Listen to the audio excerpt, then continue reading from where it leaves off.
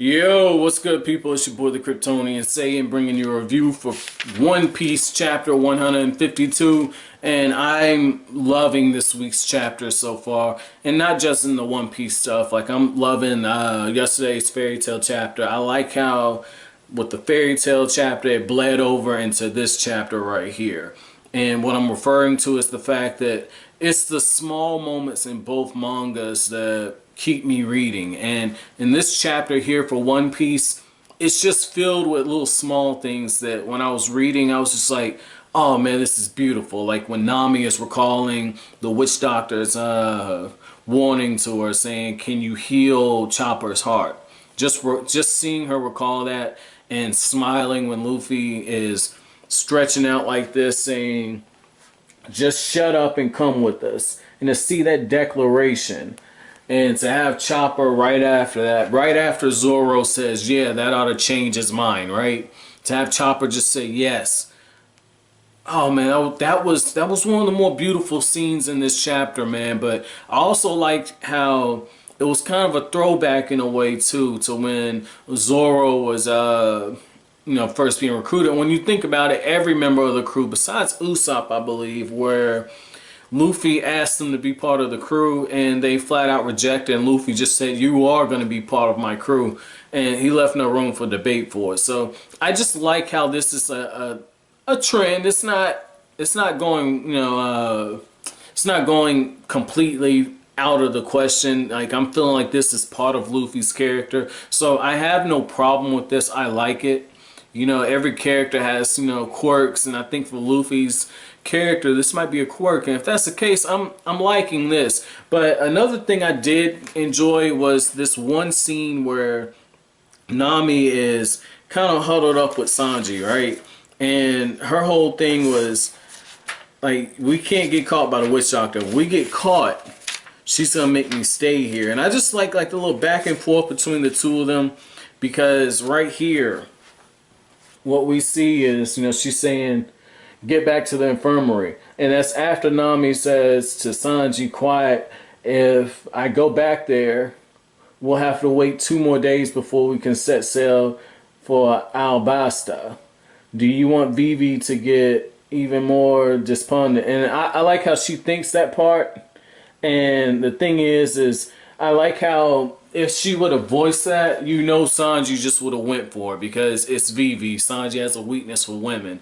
But I like how they get dragged back to the infirmary, right? And one of the things that we end up seeing is, I was right. The witch doctor is just like Nami, and one of the things that she says is like, no, for payment, I'll be taking everything on your treasure ship. And when I read that, I said, yo, this chick is cold-blooded. But I was like, this is going to be Nami when Nami's like 130 something, man. Like, she's going to be charting out maps, and then she's going to be asking for a ransom, man. Like, this was good. But I like how Nami just flipped the script on her, right? Because one of the things that happens is the witch doctor asks Dalton, like, hey, where's the key to the armory down there?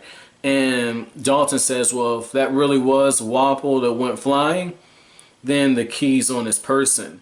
And Nami says, oh, you mean this key? Oh man, when I read that, I was like, oh my god, man. Like, I was laughing when I read it. And the reason why I thought that was funny was I was just like, that like once her treasure was put at risk, Nami was gonna flip the script, man. I just like how that happened. Very in character.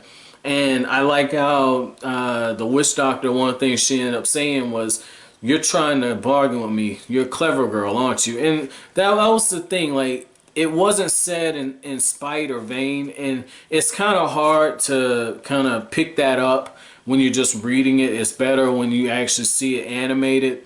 But it speaks volumes to Oda's talent in this case, to where he can convey those types of emotions on page and draw the faces in a way where it's not overly honest, but as you're reading, that it's lighthearted. You subconsciously know that she's just kind of picking at her. And that makes the whole thing later on where she says, well, I'm going downstairs. I'm going to be there for a while, but I don't have any guards posted. And this is where I keep my jacket. And that guy with the broken back, his treatment is complete, which is fucking crazy because I know what it's like to have a broken bone. I broke my hand before. I broke bones in my head. I broke my leg last year. Like, the fact that Sanji is like healing like this, he's got fucking Senju DNA, man. I'm calling that shit. But the thing is she's setting Nami up to where Nami can just leave. And I like how, Nami just drags Sanji out with the help of Vivi. They just drag his ass out. And it makes sense. They can't carry him, so they have to drag him.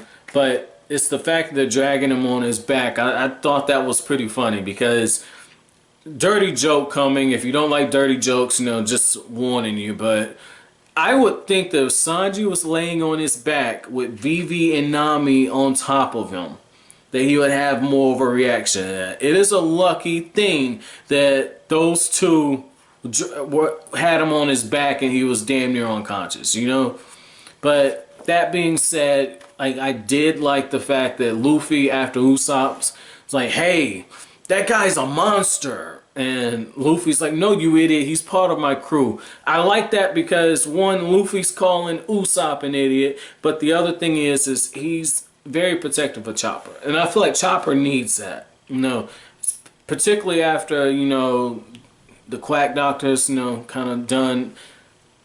Chopper needs that protective figure. And I like how Dalton just kneeled down in front of him and was like, thank you for fighting for us. I like that. It just shows that even in One Piece, these big burly men, they don't have a problem with being vulnerable. Like, that's the scene I'm talking about right there.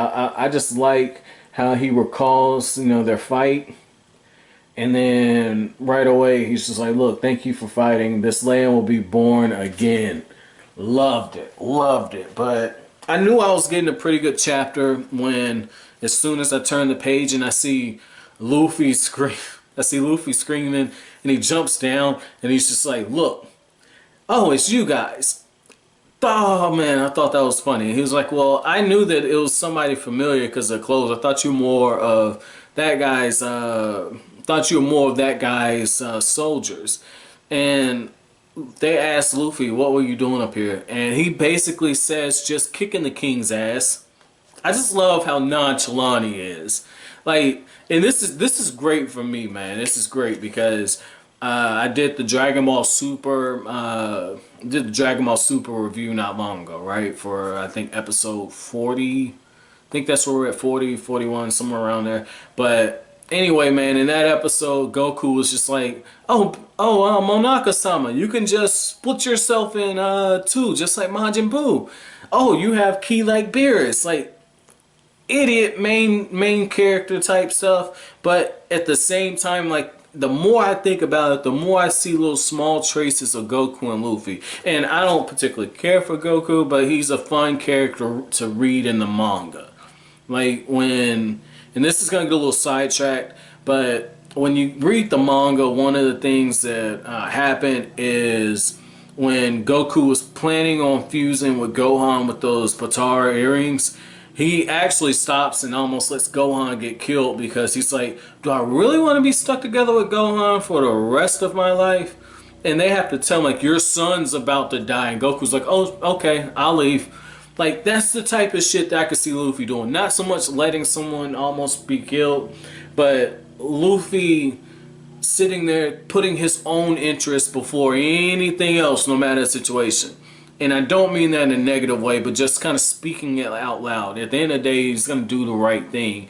But I just see little bits of, I could see Luffy being Goku level selfish, man. So overall, pretty good chapter, man. Let me know what you guys thought down in the comment section below. Let me know which moment in this chapter hits you the most. Was it the slice of life type moment with Nami and with the witch doctor? Was it Dalton kneeling down? Was it Usopp telling lies after being exposed by Zoro, saying, hey, if you just want me to come with you, you don't have to push. Matter of fact, you can just stay on the ship. Like, let me know what you guys like the most, man. Obviously, for me, it was, you know, Nami, you know, twisting the witch doctor's arm, man. But that's it for this review. If you liked anything I had to say, make sure you hit that like button, comment, rate, subscribe, share. I will greatly appreciate it, guys. But that's it. Thanks for watching. Have an awesome night.